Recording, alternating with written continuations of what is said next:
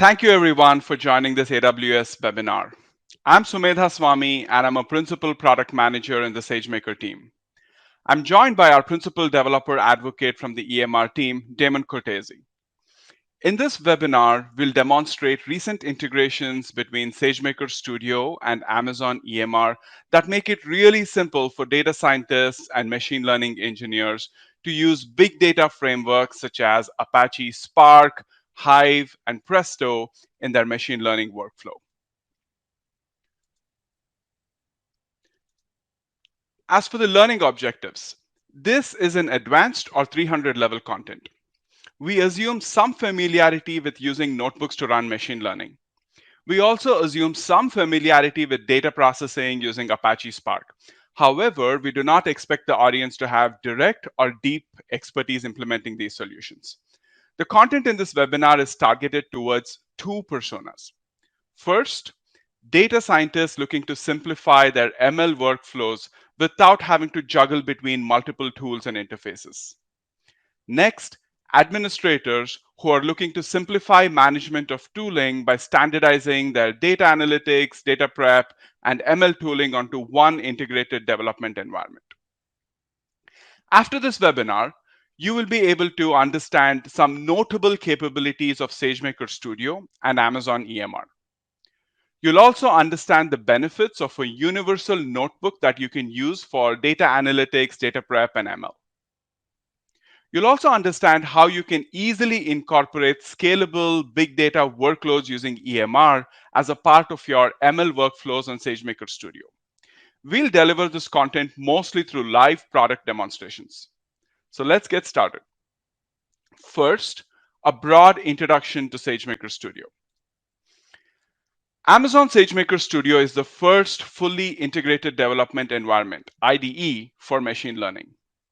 Our customers love that SageMaker Studio provides a single web-based visual interface where you can utilize a comprehensive set of features to address each step of the machine learning development process, including preparing data, building, training, tuning, and deploying models.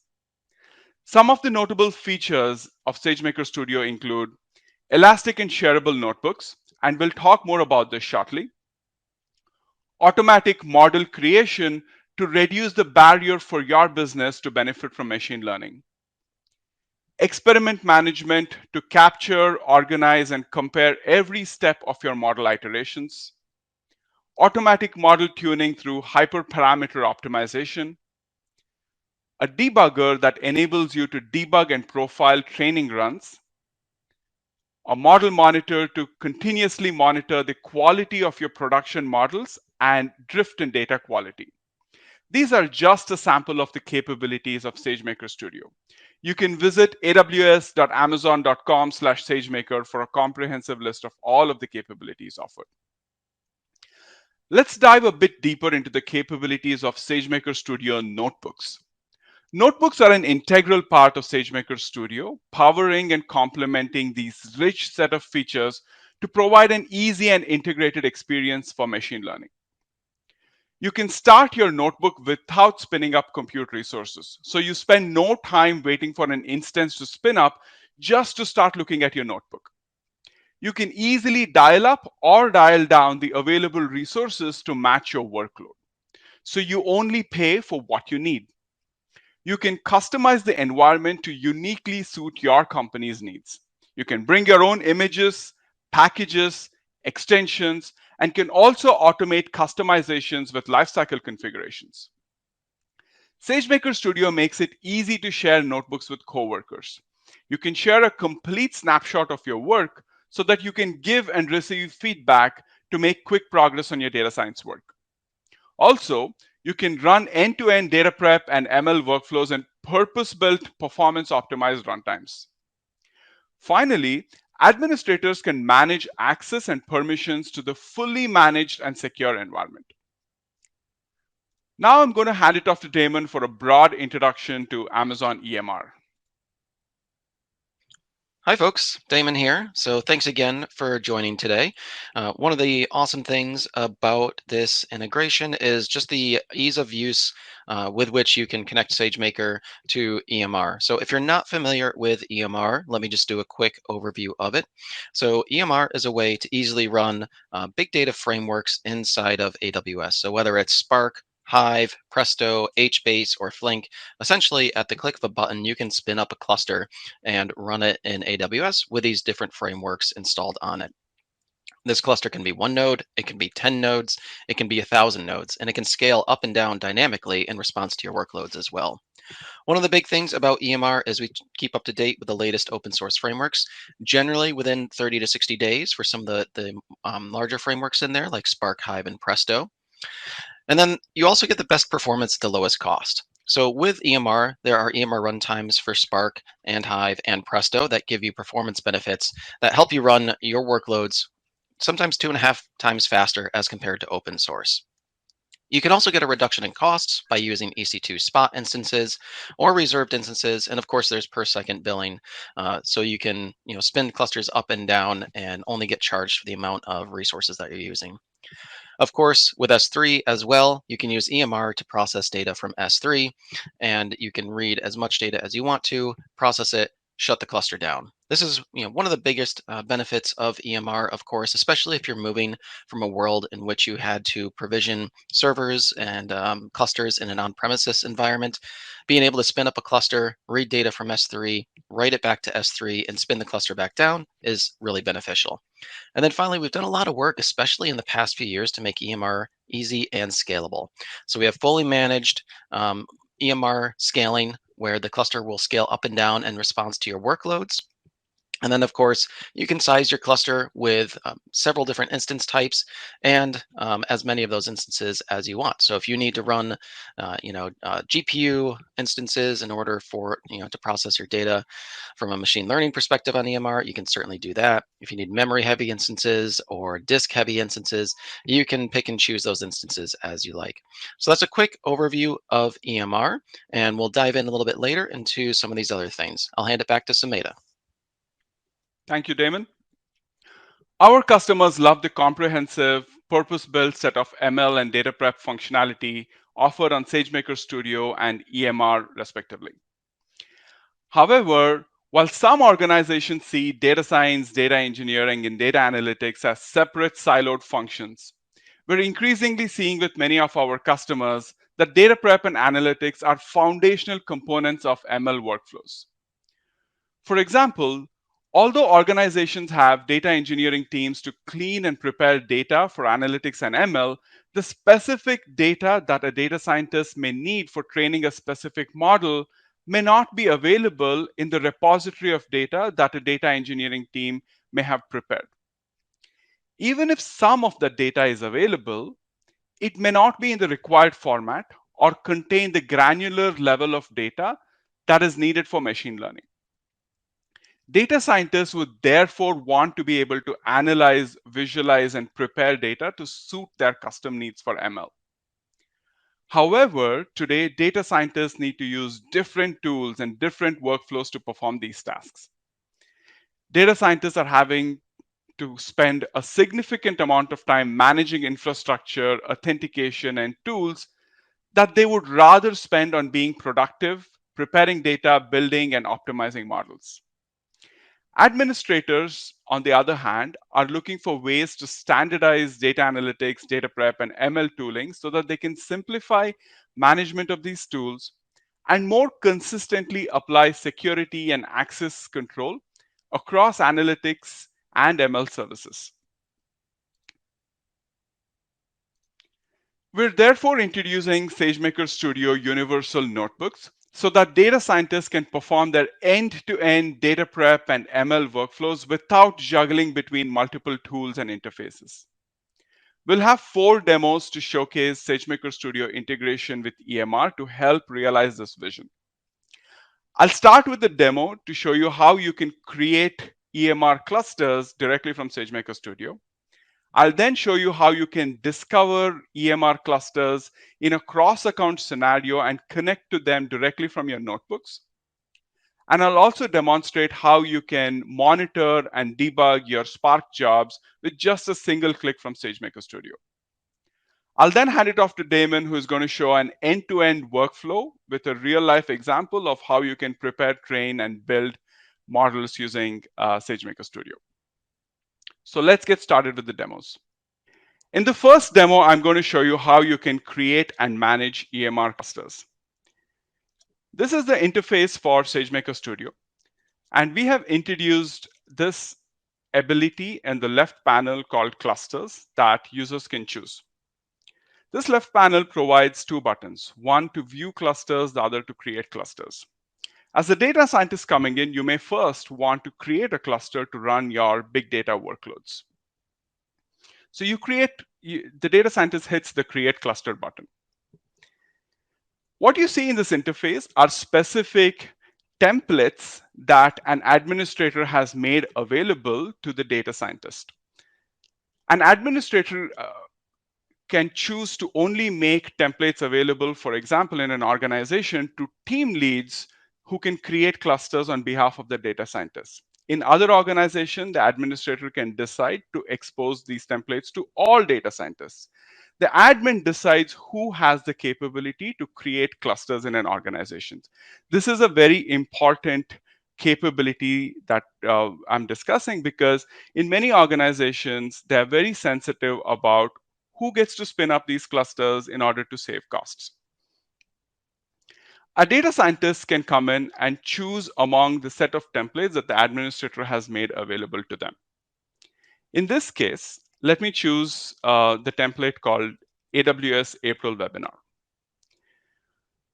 When I select this template, it is not a complicated interface. An administrator has only exposed certain parameters that I need to configure in order to spin up an EMR cluster.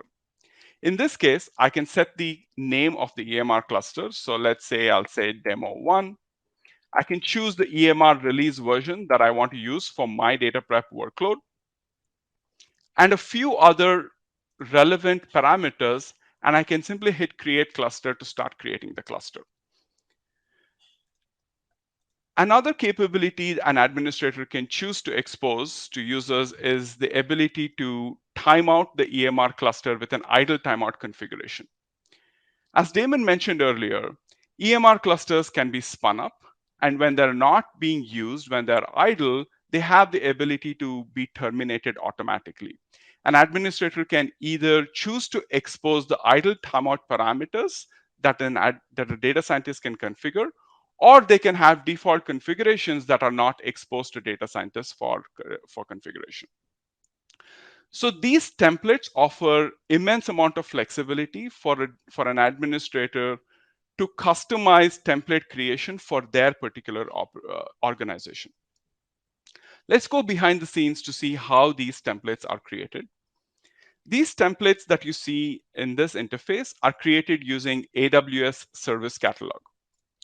AWS Service Catalog enables you to create portfolios and products and customize template delivery to your users. In this case, we have a portfolio with a set of products that is exposed to the IAM role that SageMaker Studio is running on. So let's take the example that I chose of the template that I chose, which is AWS April Webinar. And this is a product.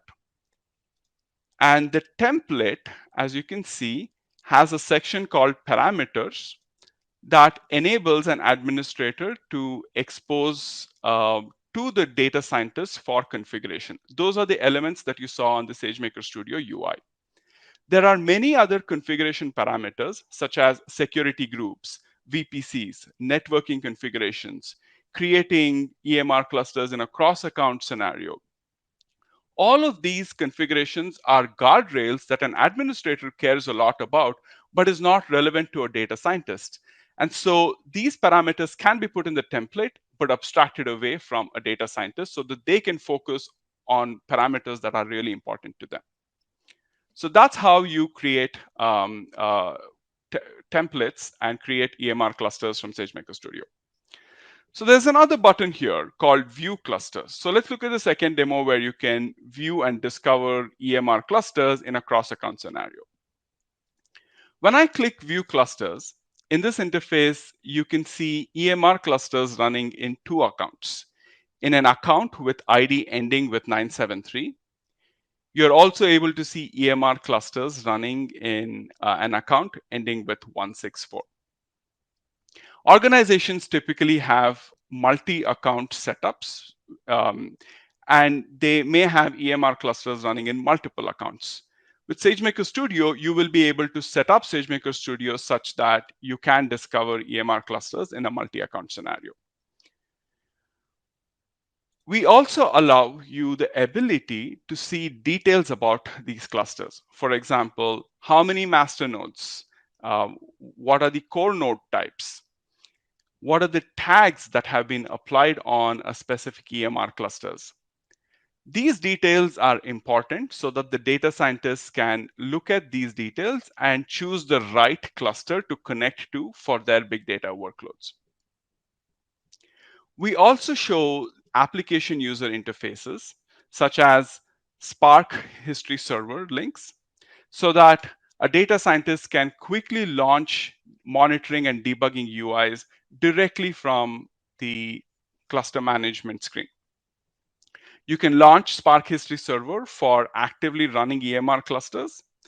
You can also customize the filters and launch the Spark History Server for terminated EMR clusters. So now, once a data scientist has decided what cluster he or she wants to connect to, let's see how they can connect to that EMR cluster from a SageMaker Studio notebook. This is the SageMaker Studio notebook, which is connected to the Spark Magic PySpark kernel. Now let's connect this SageMaker Studio notebook to an EMR cluster. To do that, I click the cluster button. That shows me this familiar interface with all of the clusters in all of the different accounts that this particular user has access to. The user chooses, let's say I choose a cluster that I want to connect to, and then I hit connect. SageMaker Studio automatically inserts the command necessary to connect to this EMR cluster. You can connect using Livy and connect using either LDAP authentication, Kerberos authentication, or you can also have no authentication in order to connect to these EMR clusters. So let's give it a second for the connection to be complete.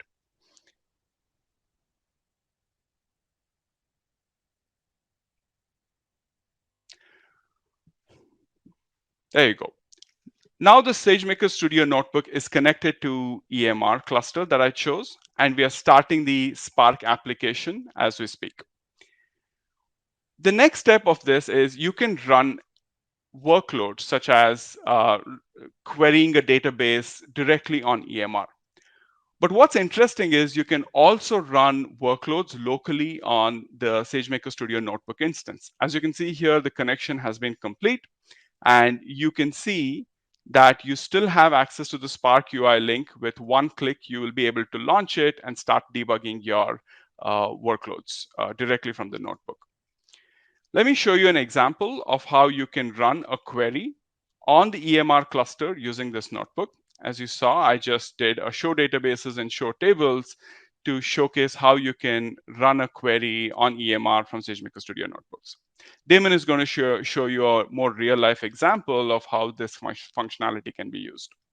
But I'd like you to note that we can also use the local magic to be able to run commands on the local SageMaker Studio instance. This is important because you'll be able to do your data processing on EMR and bring the data locally to your notebook to do machine learning. Or you may want to send data from the local instance to the EMR clusters to do further data processing. These functionalities will be enabled because of this functionality of having local magics and being able to run data workloads remotely. So that's a brief overview of the capabilities of integrating SageMaker Studio with Amazon EMR. Now I'm going to hand it off to Damon, who's going to show you a live demo of how to put all of this together in a real example. All right.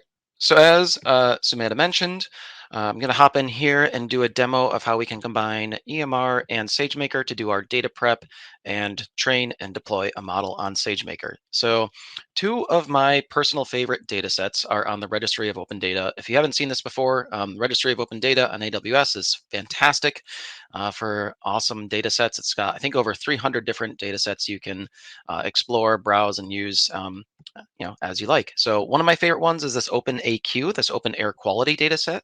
This has air quality readings from different sources all over the world. So if you want to take a look at different air quality, you can use this data set.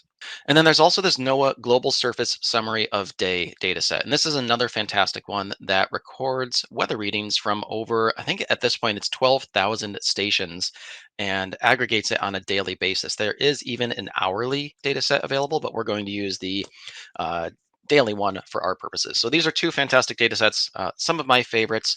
If you'd like to follow along with some of this, I'll reference a couple different blog posts. So first, there's a blog post that Sumeda and team put out back in December about how to create and manage EMR clusters from SageMaker Studio.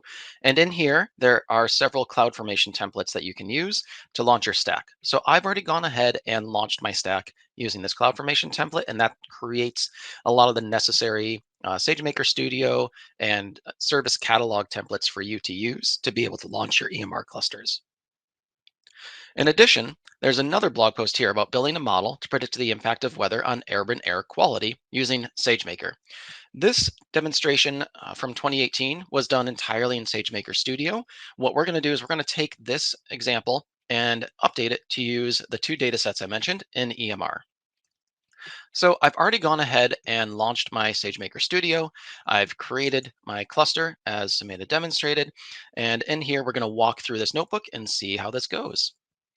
One thing I had to do, of course, with any data engineering or data science prep work, we have to figure out the right version numbers we need to use.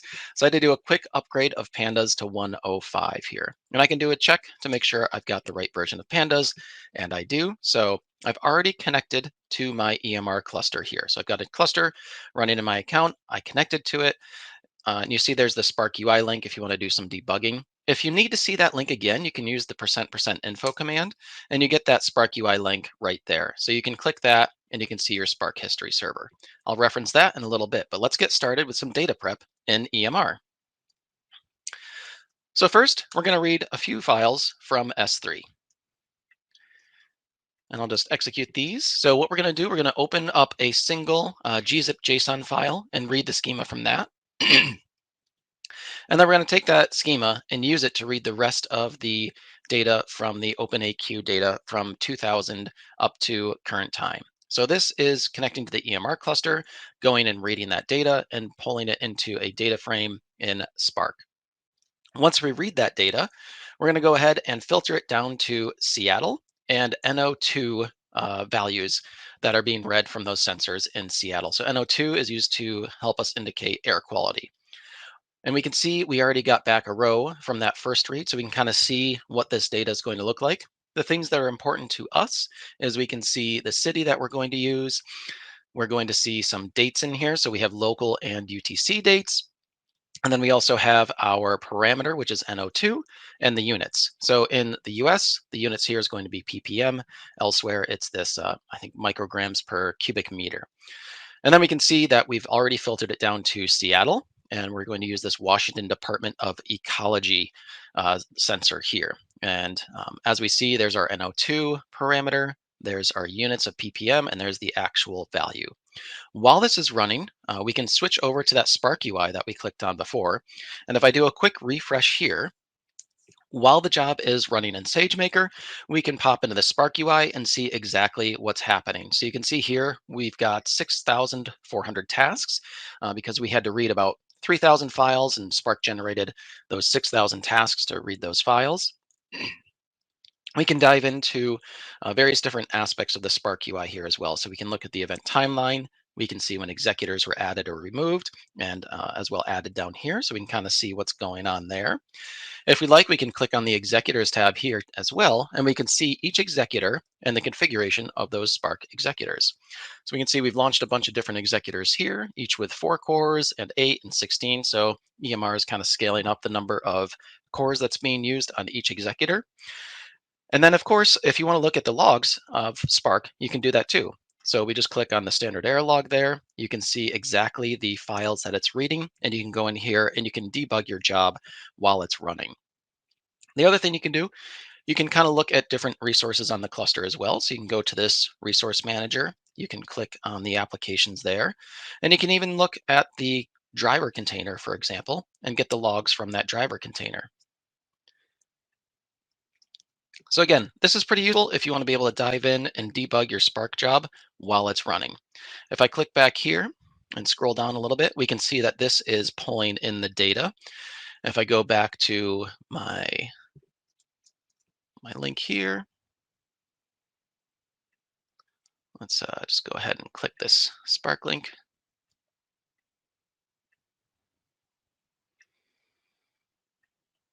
We'll just go back. There we go.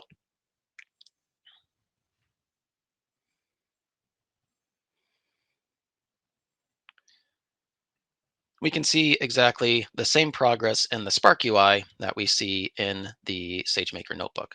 So nice to have this right here that lets us know exactly what's going on. And then back here, we can look down and we can see that same progress bar that kind of shows us what's going on there. Well, that's reading in data.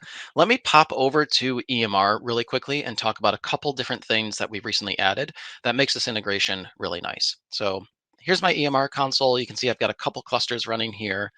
When you go ahead and create cluster, there's two new, relatively new options that I want to call out. First is this enable auto termination. This is something Sumeda mentioned earlier, where when you spin up an EMR cluster, if there are no jobs within a certain amount of time, the cluster will automatically spin back down.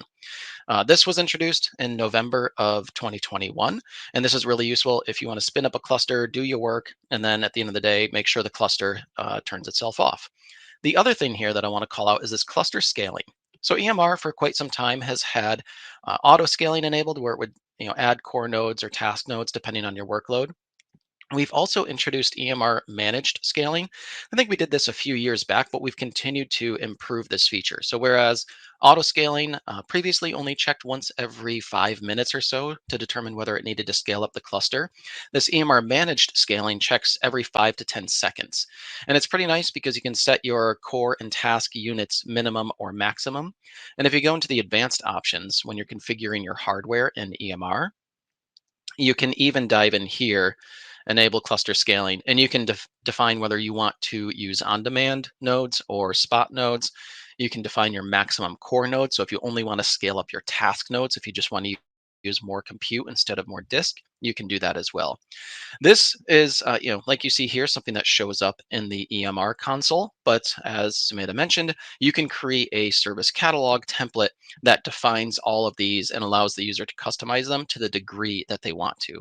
So this is pretty useful to be able to both spin up a cluster and have it shut down and have it automatically scale up or down in response to workloads throughout the day.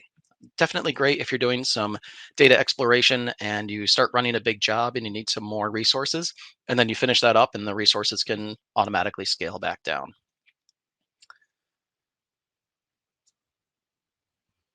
So let's go back here and see how we're doing. That data is almost loaded. So this is one of the nice things with the data prep on the EMR side is this data from OpenAQ, it isn't huge. I think it's in the somewhere of the gigabyte data set range, but it's big enough where it's nice to be able to do this in EMR. And I think there's 3,000 files that we're listing here. So Spark is able to go read those all in parallel, bring it into this data frame, and then spit it back out here for us. So what we did here is we took that entire data set and we grouped it by date, and then we averaged the NO2 value on a per date basis. So now we took this really big data set that was, I think a few million rows or something like that, and aggregated it down to a few thousand rows. Now that we have this smaller data set, we can take this and pull it into the SageMaker notebook. So that's what this spark-o command does here. is it takes this data frame from Spark and imports it into the SageMaker Studio notebook as a pandas data frame. So now we can work with this data frame inside the SageMaker Studio notebook. We can even start to use local libraries to explore the data as well. So here, we'll do a quick drawing of the NO2 concentration on a daily basis year over year using matplotlib and Seaborn. We can see here there is some weird lines between a couple of the data points. And if we dive into that a little bit, we'll look at some data between October and November, and we can see there's a pretty big gap in our data set right there. Matplotlib does automatically interpolate that data, but if we want to marry this data set with our NOAA data, we need to kind of fill in that date range and the values themselves so we don't run into errors later on. So first, we'll use pandas to kind of fill in the date range. You can see we've added the dates there. And then we'll also use pandas to interpolate the missing data. This just kind of fills in the gaps, and this certainly happens when we're doing data prep or data cleansing, where we need to make sure our data kind of fits what we expect. So now what I want to do, I've looked at my NO2 data. It looks good. I filled in the gaps. I want to go back to Spark on EMR and read the NOAA data set. But before I do, that NOAA data set goes all the way back to the 1930s, I think. So we only want to read the relevant data for our NO2 data set. So we take the year min and max of our NO2 data set, which looks like it's about 8 years, and send those variables back to Spark. So again, this is something that's really nice where you can take part of your data in SageMaker, get some variables out of it, send that back to Spark, and we can use these two variables in Spark to read just the data that we need. So now we'll pull in our weather data. We'll do something similar here. We're going to read a single file so we can identify the schema. We're going to use a bounding box here to scope our data to Seattle, Washington. And then we'll go through the range of the 2016 to 2022 years, read those files from S3, and then concatenate all those data frames together. So I'll go ahead and hit enter there,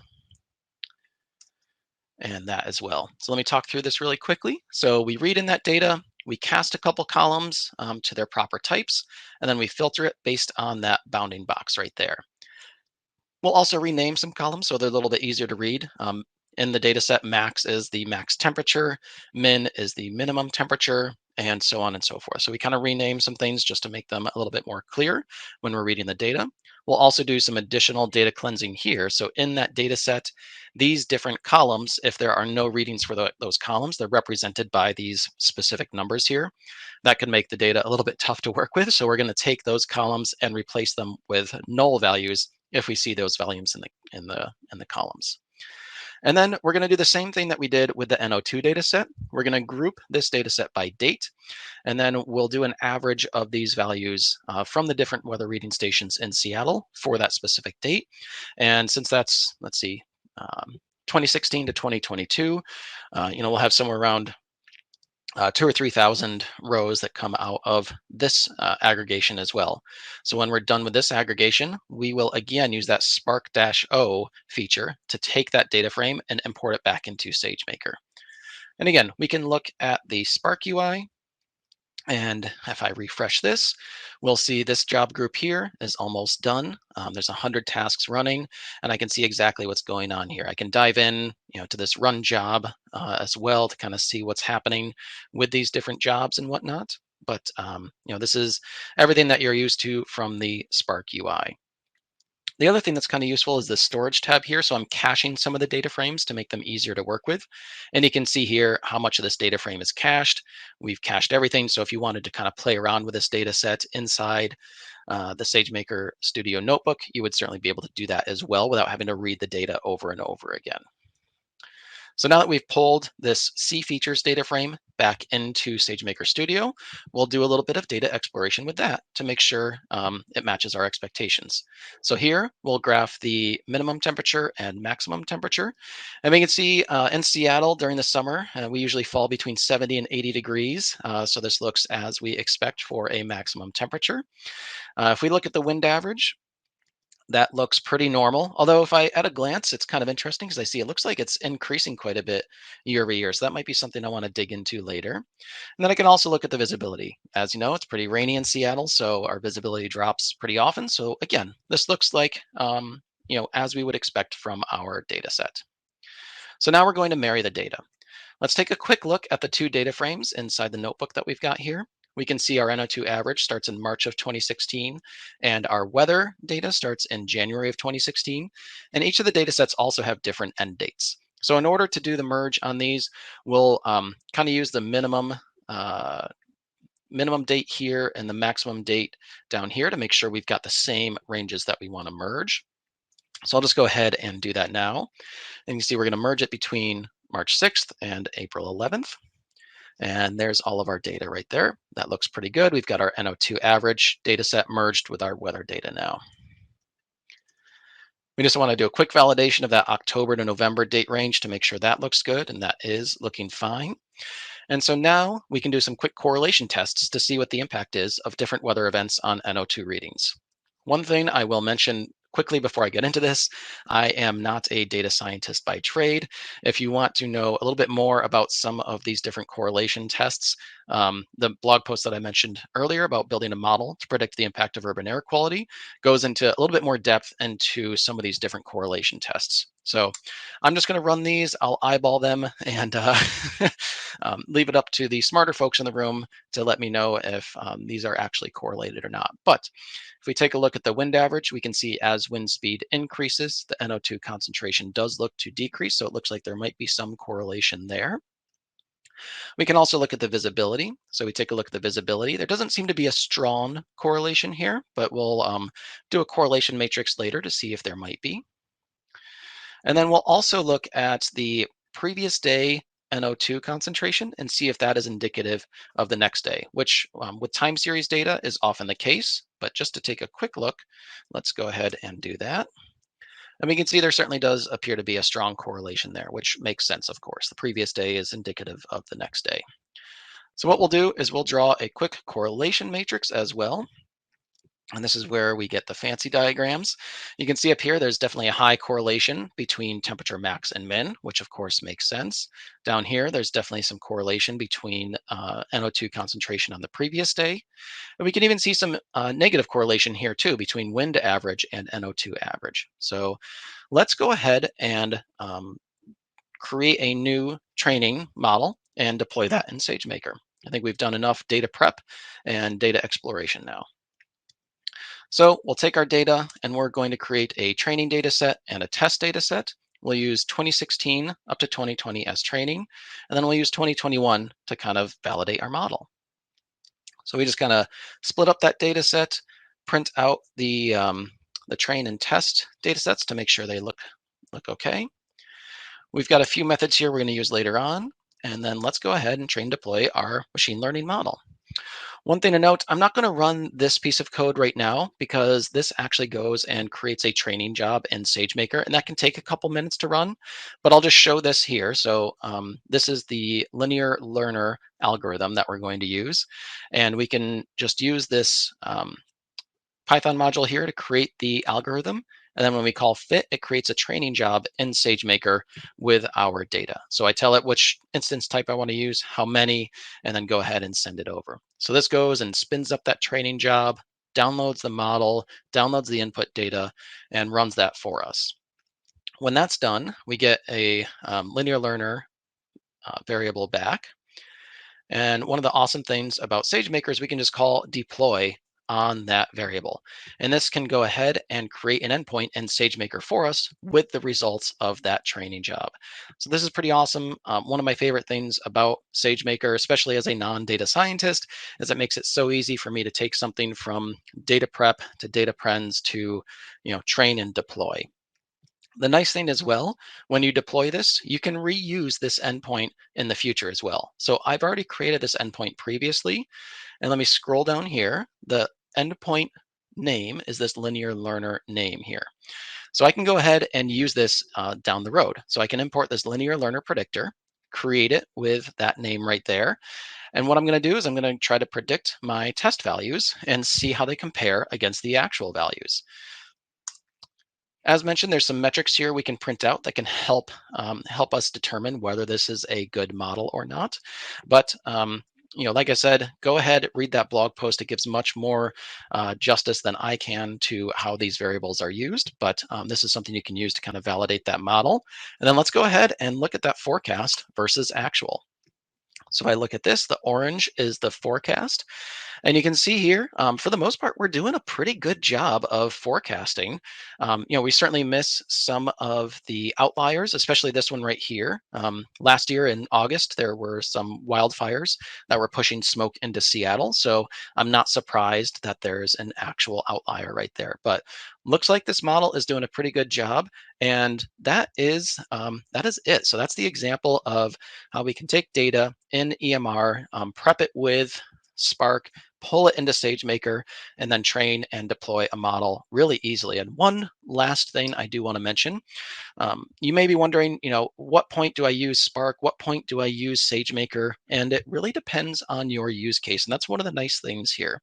With Spark, if say you have a really large data set and you need to create a training and test piece of that data set, you can use a random split in Spark to split that data into your data sets and write that back out to S3. You can even create ML pipelines in Spark as well. So you could run a whole bunch of this in Spark and then pull some of the bits of it back into SageMaker, or you can just do the data prep in Spark, write the data out or import it into SageMaker, and do the rest of your work in there. So it really depends on your use case and how much data you're working with. So that is it for me for today. Just wanted to say a quick thank you for joining us, and I hope you found this useful.